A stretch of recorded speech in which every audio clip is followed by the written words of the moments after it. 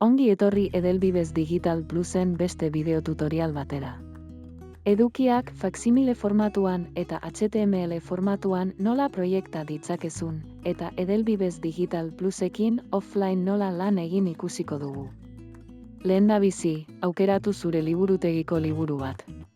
Bi formatutan ikus ditzakezu zure edukiak, faksimile bertsioan edo liburu digital interaktibo gisa. Ikusi faksimile bertsioa botoian klik eginda, liburu digitala irekiko da beste erlaitz batean, faksimile formatuan. Ikasleek euren paperezko liburuan ikusten duten bera ikus dezakezu faksimilean zehar mugituta. Goiko eskuineko aldeko menuan biztaratze aukerak hautatu ditzakezu.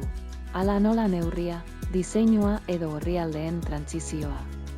Goiko ezkerreko aldeko menuan hainbat edizio tresna daude. Liburua zure eskolarako pertsonalizatu eta egokitu ahal izateko. Ikonoetako bakoitzean klik eginez gero, orrialdeetan zehar mugitu, oharrak idatzi eta ezabatu, formak txertatu edo testu oharrak gehitu ditzakezu. Gainera, lehen hezkuntzako irakasgai ardatzetan eta musika irakasgaian, liburu digitalaren faksimile bertsioak aukera ematen du liburuko jarduerak modu interaktiboan egiteko. Itzalori batez markatuta daude jarduera horiek. Horiek proiektatu, audioak entzun eta zure ikastaldearekin modu parte hartzailean landu ditzakezu.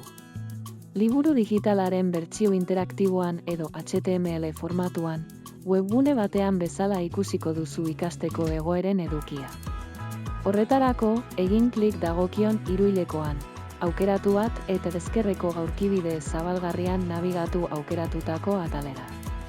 Behin bertan zaudela, goiko eskuineko menuan hainbat aukeraren artean hautatu dezakezu. Proiektatu ikonoan klik eginez gero, proiekzio moduan egin dezakezu lan. Ikastalde osoaren aurrean irakasleentzako oharrik gabe. Ikuspegi horren beheko aldean dagoen menu zabalgarriak aukera ematen du atalak eta jarduerak bilatzeko. Behean eskuinean, tresna erabilgarrien menu batera sar zaitezke. Esaterako. Hitz egiteko ausazko txanda. Atzerako kontaketa. Kronometro bat. Liburu digitalaren proiekzioa dinamizatzeko aukera ematen dute guztiek ikasleak lotuta daudela. Irteteko, egin klik xan. Liburura itzulita, ikusi ikasleen bertsioa botoia aukeratu dezakezu haiek bezala ikusteko. Irteteko, sakatu irten. Pertsonalizatu ikonoan klik eginda, liburuaren zeure bertsioa sortu dezakezu.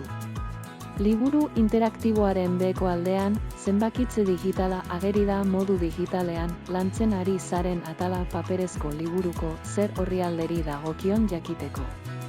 Era berean, beste orrialde batera joan zaitezke eta hortik faksimile bertsiora sartu.